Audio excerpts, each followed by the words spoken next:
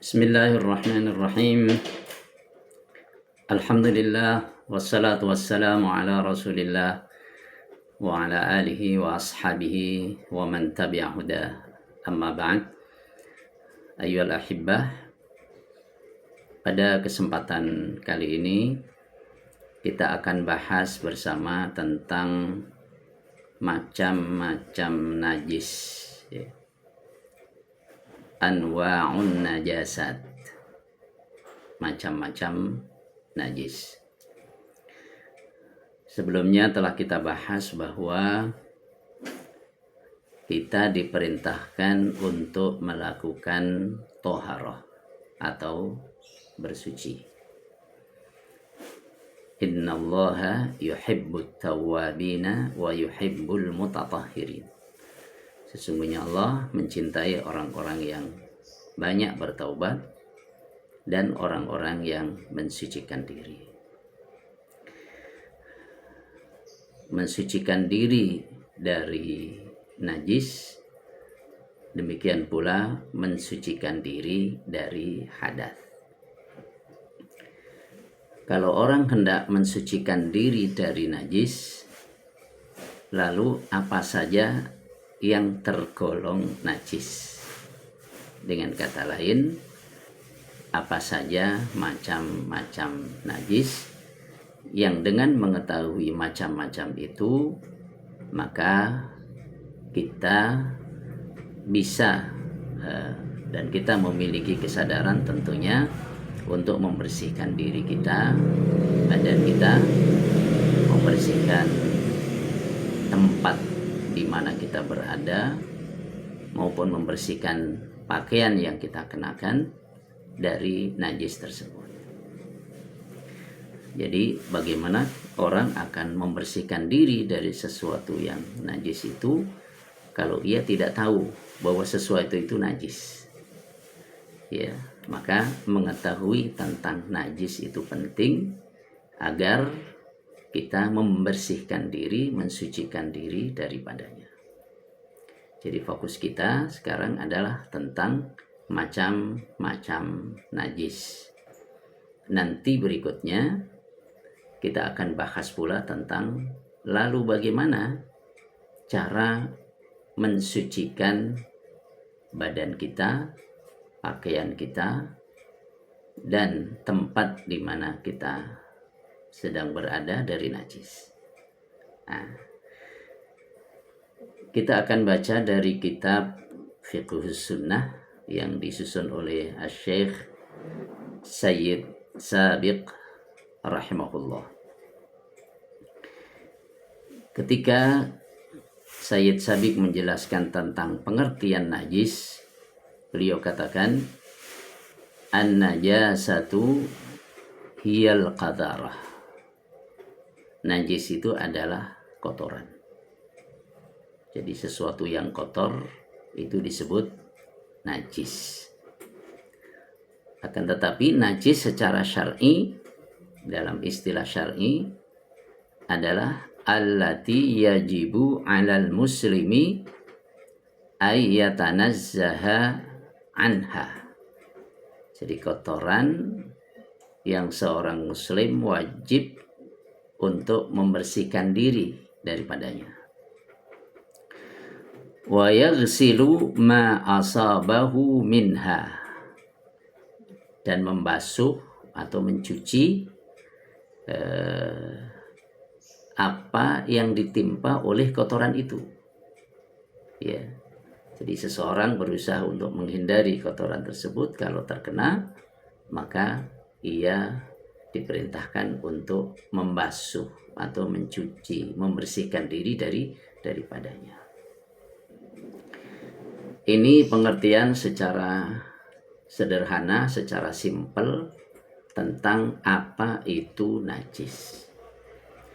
Di antara ulama ada yang menambahkan bahwa di antara sifat najis itu adalah kalau sifat itu atau kalau najis itu berada di badan seseorang, atau berada di pakaian seseorang, atau berada di tempat seseorang, maka hal itu menghalangi sahnya sholat. Jadi ternyata bersuci dari najis itu hubungannya berkaitan erat, ya, sangat kuat hubungannya dengan sholat. Kita semuanya tentunya berkepentingan agar sholat kita sah, ya, diterima oleh Allah Subhanahu wa Ta'ala. Maka kita perlu memberikan perhatian terhadap kesucian, ya, kesucian dari hadas maupun kesucian dari najis. Di dalam Al-Quranul Karim Allah Subhanahu wa Ta'ala berfirman, wa thiyabaka fatahhir, wa thiyabaka, dan pakaianmu, fatahhir, maka toharohkanlah, maka sucikanlah. Jadi ayat ini secara lafziyah memerintahkan kepada Nabi, dan perintah kepada Nabi itu juga berlaku untuk umatnya, karena umatnya meneladani dan mengikuti beliau. Isi perintahnya adalah bersihkanlah, sucikanlah pakaianmu. Begitu juga ayat yang tadi sudah kita baca di awal, innallaha yuhibbut tawwabina wa yuhibbul mutatahhirin. Sesungguhnya Allah mencintai orang-orang yang banyak bertaubat dan mencintai orang-orang yang mensucikan diri. Bahkan ketika membahas tentang kedudukan bersuci ini, Rasulullah Shallallahu Alaihi Wasallam telah bersabda, at-tuhuru syatrul iman. At-tuhuru syatrul iman. At-tuhuru kesucian. Syatrul iman itu separuh dari keimanan. Jadi cara membaca yang benar bukan at-tuhuru, tapi at-tuhuru. Apa bedanya antara kedua bacaan itu? Kalau at-tuhuru itu sesuatu yang digunakan untuk bersuci. Seperti al-wadu'u, sesuatu yang digunakan untuk berwudu, yaitu air. Tapi kalau at-tuhuru, bersuci itu sendiri atau kesucian itu sendiri. Demikian pula al-wudu berarti perbuatan kita wudu. Nah, perbuatan wudu itu disebut wudu. Kalau sarana yang kita gunakan untuk wudu namanya wadu. Ya. At-tuhuru bersuci. Sarana yang kita gunakan untuk bersuci itu dalam bahasa Arab disebut tohur. Maka bacaan yang tepat dari hadis itu adalah at-tuhuru syatrul iman. Kesucian itu adalah separuh dari keimanan. Ya. Jadi sebagaimana ada hal-hal yang disyaratkan dalam sholat, ada hal-hal yang menjadi rukun, ya, dari sholat itu sendiri, maka di sana ada hal-hal pula yang dihindari, ya, agar supaya tidak merusak syarat, apalagi nanti sampai merusak rukun sholat. Nah, di antaranya adalah bersuci, ya, bersuci. Baik, kita akan langsung baca anwa'un najasat, macam-macam najis, ya. Di situ kita tuliskan poin-poinnya saja. Yang pertama adalah al-maitatu. Al-maitah, bangkai.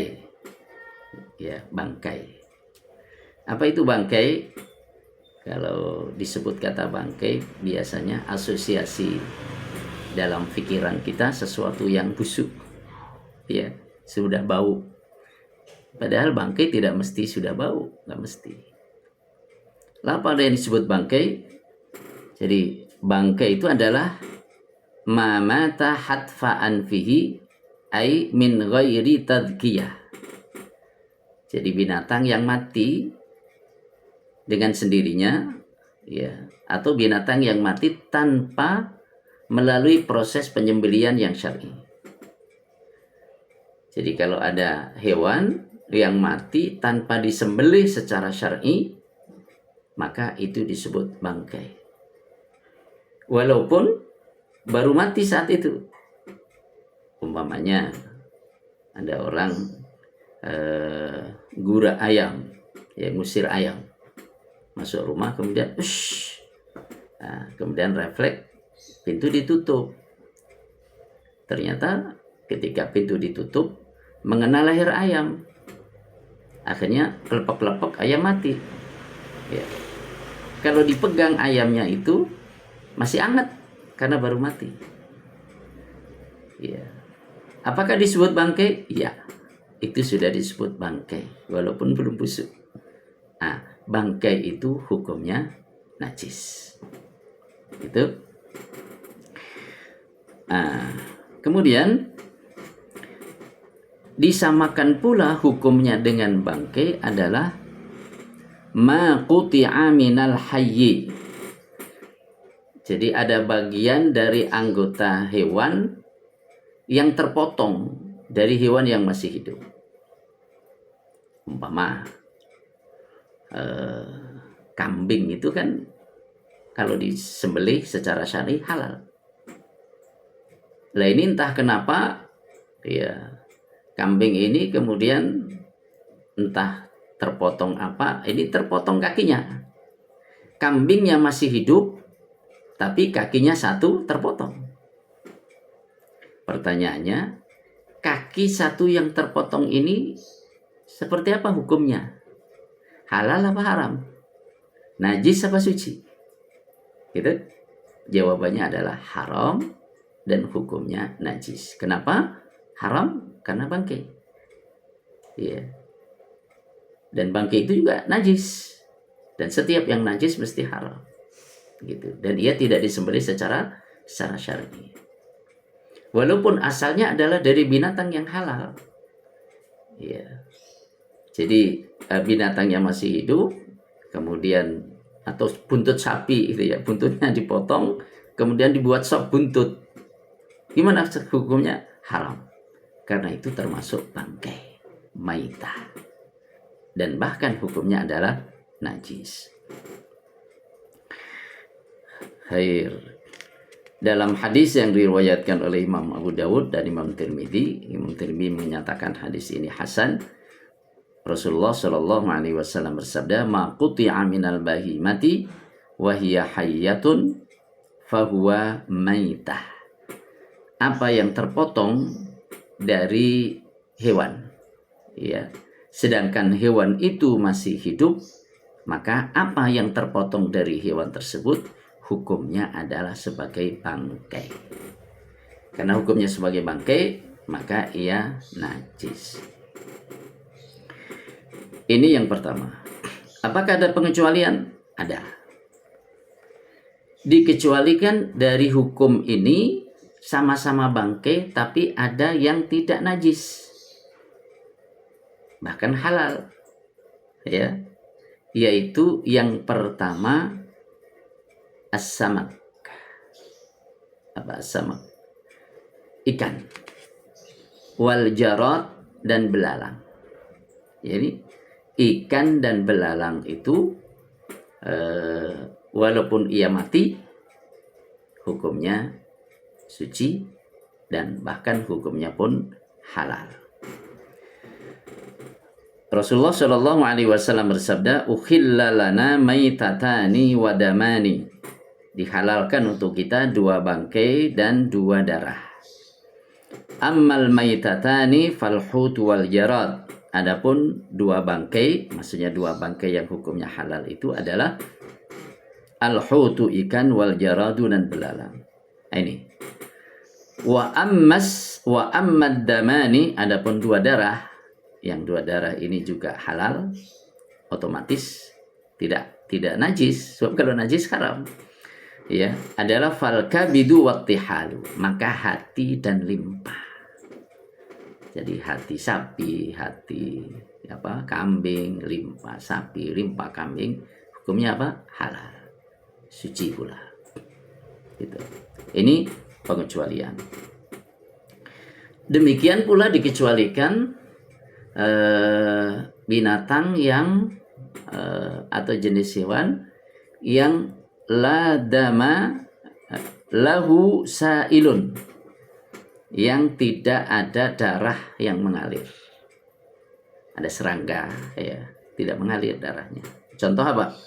Kan namli, seperti semut. Semut najis? Enggak najis. Walaupun bangke mati. Apalagi wan nahli, dan lebah, tawon. Najis kah? Tidak. Wa nahwiha, dan sejenisnya. Jadi ini pengecualian dari hukum najis bangkai. Ya, bangkai hukumnya najis, ada pengecualian yaitu ikan, ada pengecualian lagi yaitu belalang, ada pengecualian lagi yaitu yang tidak mengandung darah yang mengalir, maka itu tidak najis. Baik, kita masuk ke poin berikutnya. Jenis najis yang kedua adalah ad-damu, darah. Darah itu hukumnya najis. Sawa'un kana daman masfuhan au masbuban. Iya, intinya begini, bahwa darah apapun jenisnya itu hukumnya najis, kecuali yang dikecualikan tadi, ya, yaitu hati dan limpa. Jadi selain daripada itu hukumnya adalah najis. Baik.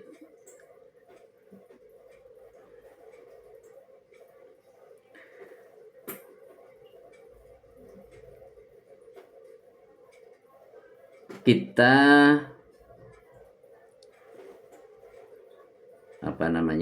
kita baca, ini ada satu ayat yang disebutkan kaddamil ladzi yajri minal madbuh au dami haidin, ya, seperti darah yang mengalir dari hewan yang dipotong, itu hukumnya najis. Au dami haid, atau darah haid, ya, darah air itu kan tidak memancar seperti ketika hewan itu dipotong darahnya memancar, enggak, tapi sama hukumnya najis, gitu. Tentang firman Allah Subhanahu wa taala audamam masfuha, ya, atau darah yang dialirkan, ya, karena disembelih, itu termasuk yang haram dan najis. Wala ba'sa, ini dari Ibnu Jurayj, ini dia mengatakan wala ba'sa bima kana fil uruqi minha, akhrajahu Ibnu al-Munzir. Tidak mengapa kalau masih ada sedikit sisa-sisa darah yang ada di urat-urat daging itu. Jadi ketika dipotong, kemudian sudah dituntaskan, darahnya itu sudah keluar, karena darah itu tempat penyakit dan macam-macam. Setelah itu daging diolah. Boleh jadi ada masih sedikit-sedikit yang berada di daging itu, ya, yang bercampur dengan daging, sedikit, ya, maka itu ma'fu, tidak mengapa.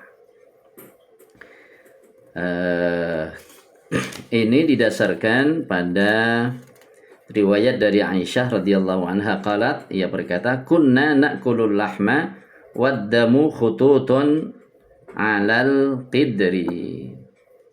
Dulu kami biasa makan daging, sedangkan darah itu masih seperti khutut. Khutut itu seperti garis-garis, ya. Alal qidri, di panci. Artinya ada bekas-bekas darah tapi sedikit, sehingga membentuk garis-garis di panci. Yang demikian itu hukumnya ma'fu, ya, ma'fu atau dimaafkan. Oke. Kita singkat. Berikutnya adalah lahmul khinziri, ya, daging babi. Bahasa Jawa bilang celeng, ya, daging celeng, daging babi. Ya, apakah babi hutan maupun babi peliharaan sama, ternak babi atau babi yang di hutan sama, ya. Aulah khinzirin fa innahu rijs, ya. Ini ketika menjelaskan tentang sesuatu yang diharamkan, disebutkan di dalam ayat, atau daging babi, fa innahu rijs, karena sesungguhnya ia itu adalah rijsun. Rijsun artinya najisun, ya, artinya adalah najis, ya. Khair. Kemudian yang keempat adalah qai'ul adami, muntah anak Adam, yaitu manusia. Jadi kalau kita muntah, maka muntah itu hukumnya najis. Khair. Wa bauluhu, dan air seninya. Kita buang air kecil itu hukumnya najis pula. Kemudian wa raji'uhu, dan kotorannya. Ini kotoran dari belakang. Ya. Kotoran dari belakang. Kotoran dari depan najis, yaitu air seni. Kotoran dari belakang, ya, BAB, itu juga najis. Jadi muntah manusia maupun air seninya maupun tinjanya yang keluar dari arah belakang, maka ketiga-tiganya itu hukumnya adalah najis. Makanya Rasulullah Shallallahu Alaihi Wasallam mencontohkan ketika habis buang air kecil, beliau istinja, ya, beliau istinja. Apa artinya istinja? Membersihkan atau mensucikan tempat keluar kotoran itu dari najis. Kita bilang cebok, ya, kita bilang cebok, gitu. Saya kira ini tidak ada perbedaan pendapat, ya, sehingga cukup, ya, untuk kemudian kita pahami. Jadi muntah hukumnya najis, apalagi air seni najis, begitu juga BAB, ya, kotoran dari belakang hukumnya juga najis. Nah, makanya membersihkan diri dari kotoran-kotoran itu penting. Mohon maaf, jangan sampai menjadi orang yang tidak peduli, ya, terhadap persoalan najis ini. Karena air seni itu najis, makanya kalau kita buang air kecil, hati-hati, jangan sampai nyiprat-nyiprat. Sebab kalau air seni itu nyiprat-nyiprat, mengena sarung atau mengena celana atau kena bagian yang lain, nah, maka sarung itu menjadi terkena najis yang harus dibersihkan, harus disuci. Nah, sehingga perlu hati-hati, jangan sampai karena kekurang hati-hatian itu kemudian seseorang sholatnya menjadi tidak sah karena di pakaian yang ia gunakan telah benar-benar terkena najis, gitu, ya. Kemudian yang keberapa ini, ya, yang ketujuh, ya, yang ketujuh. Jadi yang pertama tadi bangkai, kemudian yang kedua darah, yang ketiga daging celing celeng, ya, yang keempat muntah, yang kelima air seni, yang keenam air ya, belakang. Sekarang yang ketujuh adalah wadi, al-wadiyu, wadi. Apa itu wadi? Ma'un abyadu sakhinun yakhruju indal bauli. Jadi air yang warnanya putih, ya, putih ini. Sakhin dan tebal. Tebal itu artinya agak kental, ya. Yang keluar setelah buang air kecil. Nah, itu disebut wadi. Disebut apa? Wadi. Hukumnya apa? Najis. Jadi agak kental, agak keruh. Itu wadi. Biasanya keluar ketika orang habis buang air kecil. Bagi orang yang terkena persoalan ini, atau keluar ketika seseorang ngangkat berat, umpamanya ngangkat berat, ya. capean segala macam, kemudian keluar wadi. Ini hukumnya najis. Ini al-wadi. Khair. Kemudian yang berikutnya adalah al-madhi. Madhi. Jadi tadi wadi, yang kedua adalah al-madhi. Apa itu al-madhi?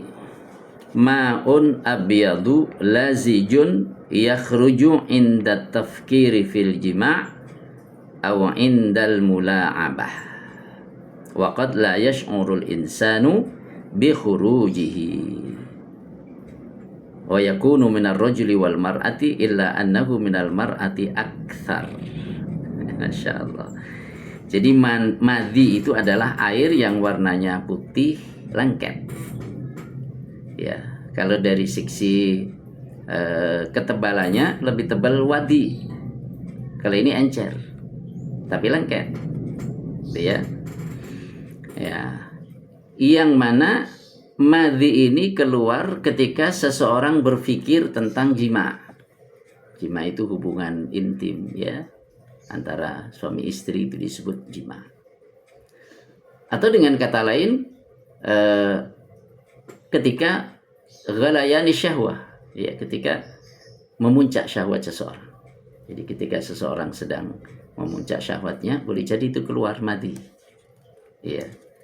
Aw indal mula'abah, atau ketika sedang bercengkerama, sedang dengan istri atau wanita. Ya. Dan boleh jadi ketika keluar madhi itu, seseorang tidak merasa keluar. Ini terjadi baik bagi laki-laki maupun perempuan. Hanya saja di sini disebutkan keluarnya madhi dari perempuan itu lebih sering dibanding daripada dari laki-laki. Ya. Hukumnya apa? Najis. Sama dengan wadi, najis, begitu juga madhi. Ya. Dari segi keluarnya, kalau wadi itu setelah buang air kecil atau ketika capek, ya, habis ngangkat berat, ini wadi. Ya. Kalau madhi keluarnya adalah ketika orang terangsang, ya, sedang memuncak syahwatnya, gak keluar. Nah, apakah wajib mandi? Enggak wajib mandi. Baik wadi maupun wadi enggak ada mandi. Yang ada apa?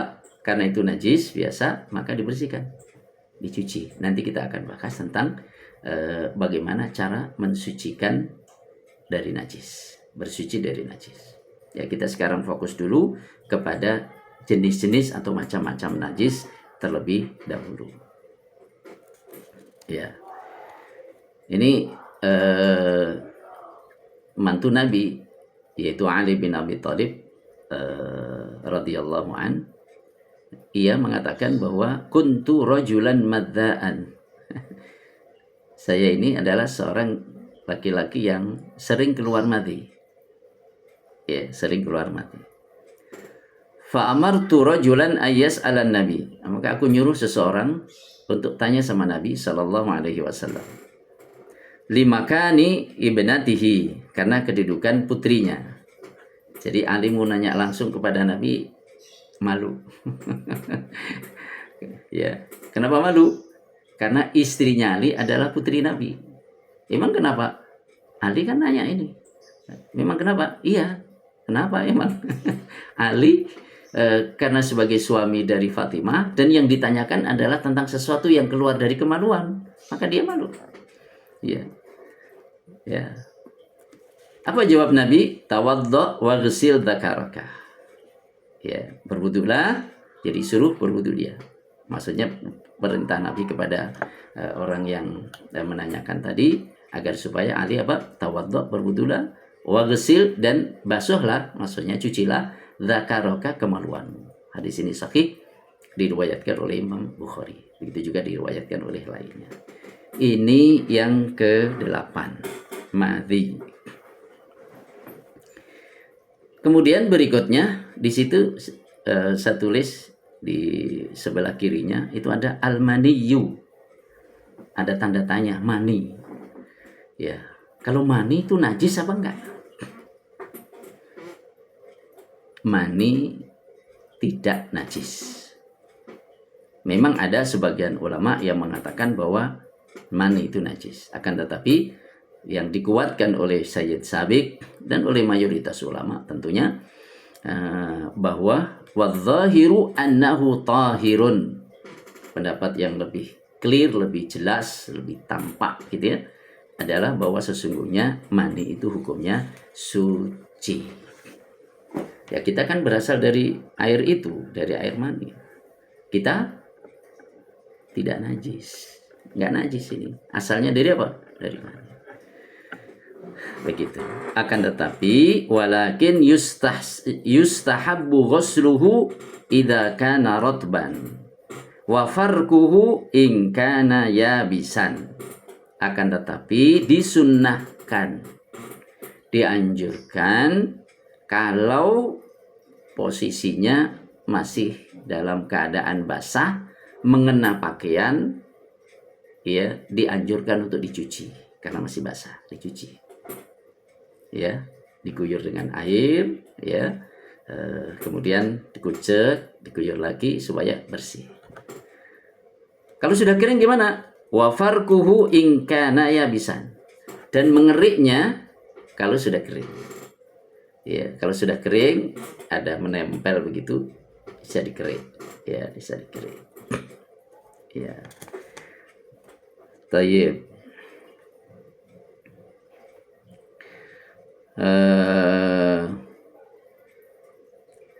Ini didasarkan pada hadis dari Aisyah radhiyallahu anha, kuntu afrukul maniyya min thawbi Rasulillah. Jadi saya pernah mengerik ya mani ya dari pakaian Rasulullah sallallahu alaihi wasallam idza kana yabisan.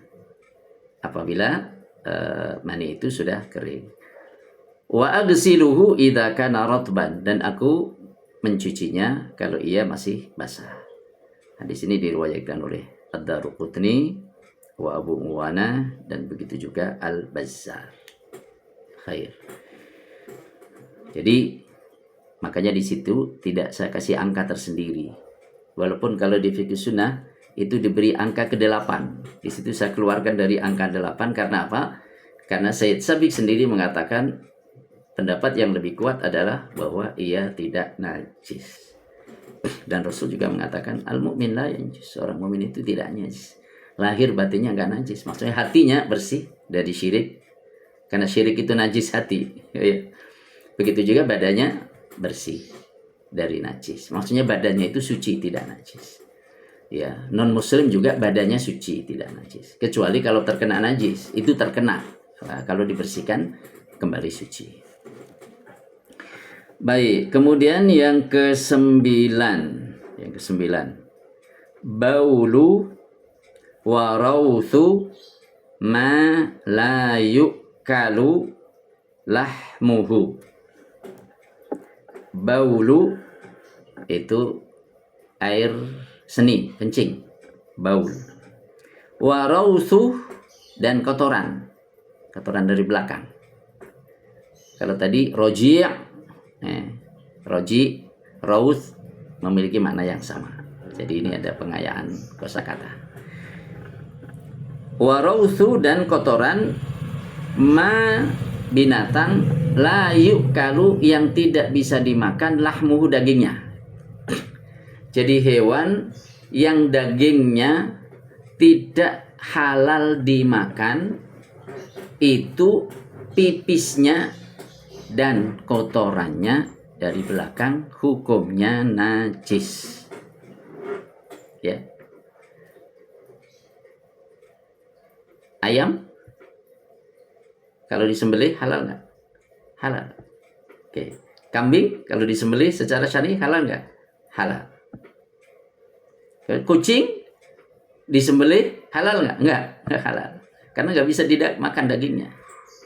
Nah, kucing ini tidak halal dagingnya kalau dia disembelih. Disembelih pun secara syar'i nggak halal. Ya, maka kotorannya najis. Anjing halal nggak? Nggak halal.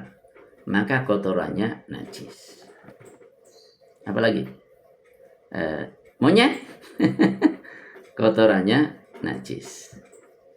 Jadi segala binatang yang dagingnya tidak halal kalau disembelih secara syar'i, maka air seninya maupun kotorannya hukumnya adalah najis. Di sini mungkin muncul pertanyaan secara otomatis. Ya. Torohas su'alu nafsahu. Jadi muncul pertanyaan memunculkan dirinya sendiri. Apa pertanyaan? Kalau begitu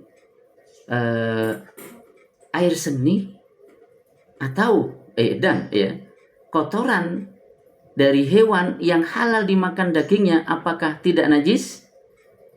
Itu pertanyaan otomatis. Nah, yang kita bahas sekarang adalah kotoran dari belakang maupun pipis binatang yang tidak halal dimakan dagingnya walaupun disembelih, ya tentunya dengan cara disembelih, bukan walaupun disembelih, ya dengan cara disembelih. Nah, jadi hewan yang tidak halal dimakan dagingnya kotorannya najis. Nggak ada beda pendapat di sini. Para ulama mengatakan semuanya bahwa najis. Pertanyaan berikutnya adalah bagaimana dengan kotoran binatang yang dagingnya halal dimakan? Ayam, ya, bebek, kambing, balibul, ya kambing balibul, kambing juga Ustaz, bawah 5 bulan. Jadi bahasa Arabnya kambing masih muda apa? Balibul, ya, bawah 5 bulan. Khair. Bagaimana hukumnya? Apakah kotorannya itu tidak najis? Jawabannya, banyak di antara para ulama yang mengatakan bahwa kotorannya tidak najis. Walaupun tetap berusaha membersihkannya, akan tetapi sifatnya, hukumnya tidak sampai kepada tingkat najis.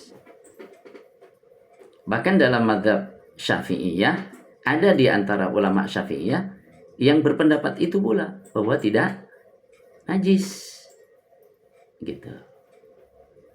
Tapi mayoritas dalam mazhab Syafi'i mengatakan bahwa itu adalah hukumnya najis. Khair. Jadi sekiranya kita bisa berhati-hati, itu lebih aman, lebih selamat. Tapi adanya perbedaan pendapat ini memberikan kelonggaran dalam kondisi tertentu. Ya. Di mana sulit untuk menjaga dari ayam ini masuk keluar ini di mana-mana segala macam. Nah, kalau yang namanya najis itu kan cara mensucikannya kan ada khusus itu. Ya, cara mensucinya. Berbeda dengan kalau itu tidak najis. Yang penting sudah dilap bersih gitu umpamanya. Nah, ini tentang yang keberapa ini? Yang ke-9, ya, yang ke-9. Kemudian yang ke-10 adalah al-jallalah. Pakai tasdid. Al-jallalah, bukan al-jalalah. Kalau al-jalalah kemuliaan, keagungan. Tapi kalau al-jallalah itu artinya hewan yang konsumsi utamanya adalah barang-barang yang najis, itu disebut jallalah. Dan hukumnya adalah najis pula. Loh, begitu? Iya, ayam pada hakikatnya suci. Tapi ketika konsumsi utama dari ayam itu adalah dari barang najis, umpamanya ayam itu ditaruh di satu tempat, kemudian setiap anggota keluarga buang air besar di lokasi itu yang kemudian dimakan oleh ayamnya. Sehingga makanan utama itu dari kotoran manusia. Sedangkan kotoran manusia itu hukumnya najis. Maka ayam yang makanan utamanya itu dari kotoran manusia yang berarti dari hal-hal yang najis, maka itu disebut jallalah. Disebut jallalah. Nah, jallalah itu hukumnya adalah najis. Ilahnya apa? Ilahnya atau sifat yang membuat ia keluar dari hukum suci, bersih menjadi najis itu apa? Itu karena berubahnya daging, berubahnya baunya, segala macam pengaruh dari makanan yang najis itu tadi. Ketika ilah ini telah berubah, maka alasan ini berubah, sifat itu berubah, maka berubah pula hukumnya suci lagi. Maksudnya gimana? Ikan contohnya. Ikan, kalau tadi contoh apa? Ayam. Ini ikan.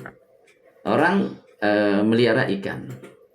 Kemudian di atas kolam itu, ikannya nggak banyak. Di atas kolam itu kemudian dibuat jamban. Ya. Buang air besar. Sehingga setiap plung begitu langsung ditangkap sama ikan. Sehingga ikan itu dibesarkan dengan kotoran manusia. Maka ini disebut jalalah pula. Maka itu dagingnya ada pengaruh dari makanan itu, baunya, kemudian ada perubahan di daging. Makanya bagaimana caranya? Caranya dikarantina dulu. Ikan itu diambil, dikarantina, ditaruh di air, kemudian yang lain, kemudian diberi konsumsi yang bersih, sampai nanti diperkirakan pengaruh dari makanan sebelumnya, baunya segala macam itu sudah berubah, sudah hilang. Maka ia tidak lagi sebagai jalalah, hukumnya halal. Jadi, ini sayang itu kan, ya dikarantinakan sampai kemudian berubah baunya, maka kemudian itu sudah tidak lagi sebagai jalalah, yang berarti hukumnya suci. Karena suci maka hukum asal dari ikan itu adalah halal.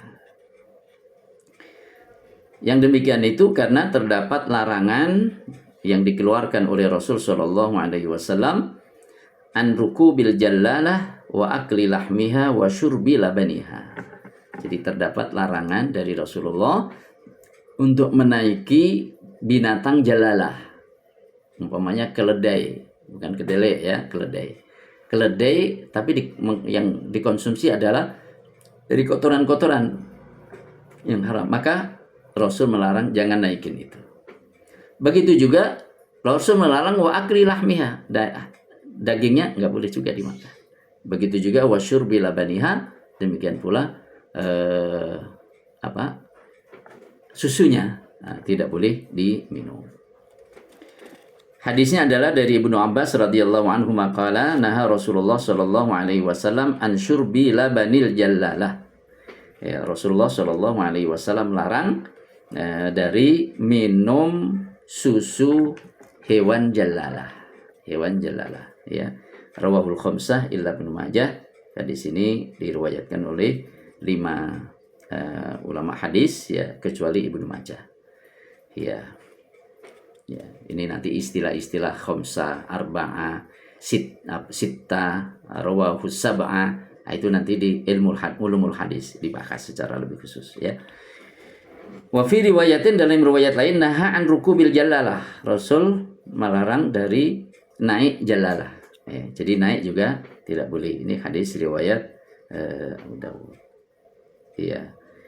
Kemudian di dalam hadis lain, nah Rasulullah Shallallahu Alaihi Wasallam an luhumil khumuril ahliyah.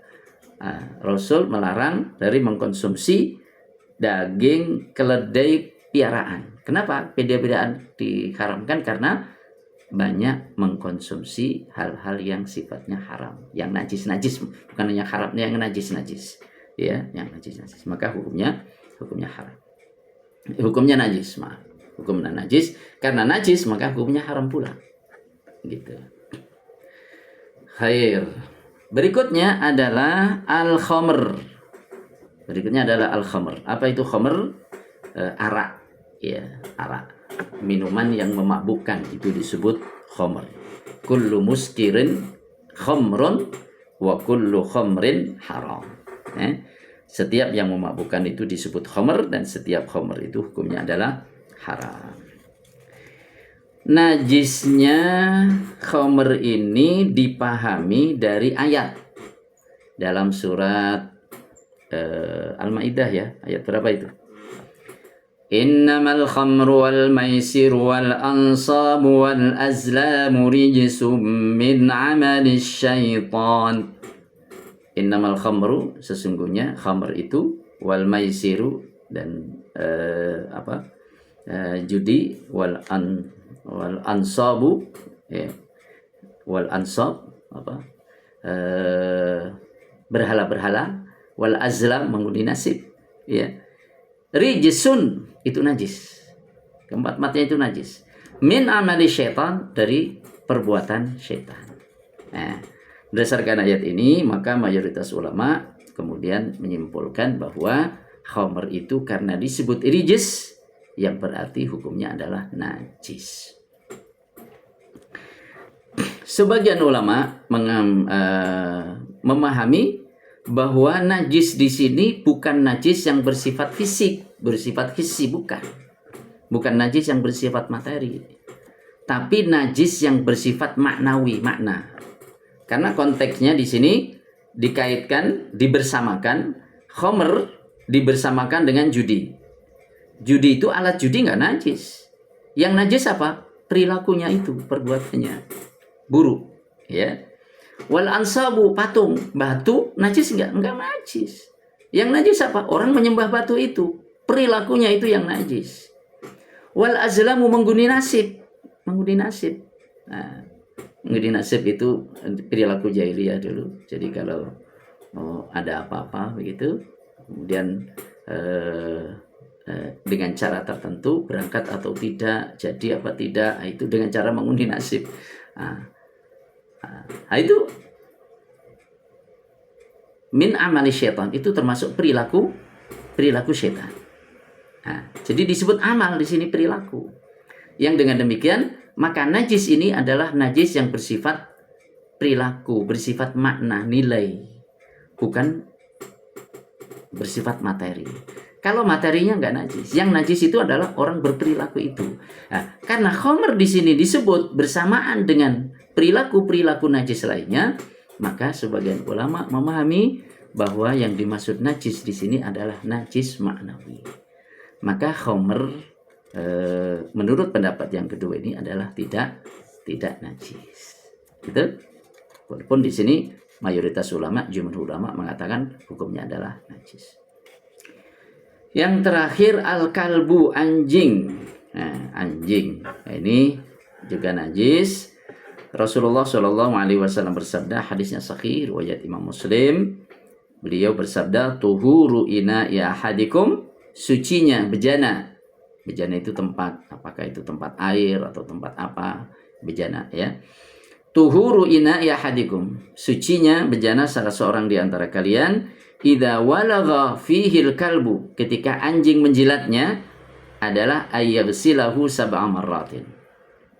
Ia membasuhnya 7 kali. Ulahunna biturab, yang pertama di antaranya adalah dengan debu. Yang dimaksud dengan debu di sini airnya dicampur debu. Itu yang paling simpel. Walaupun boleh juga dengan debu dulu kemudian baru pakai air, boleh. Atau air dulu baru pakai debu, boleh. Tapi yang lebih simpel, air itu dicampur debu, ya, yang pertama, kemudian setelah itu dibersihkan, dibilas dengan air yang tanpa debu. Gitu. Ya.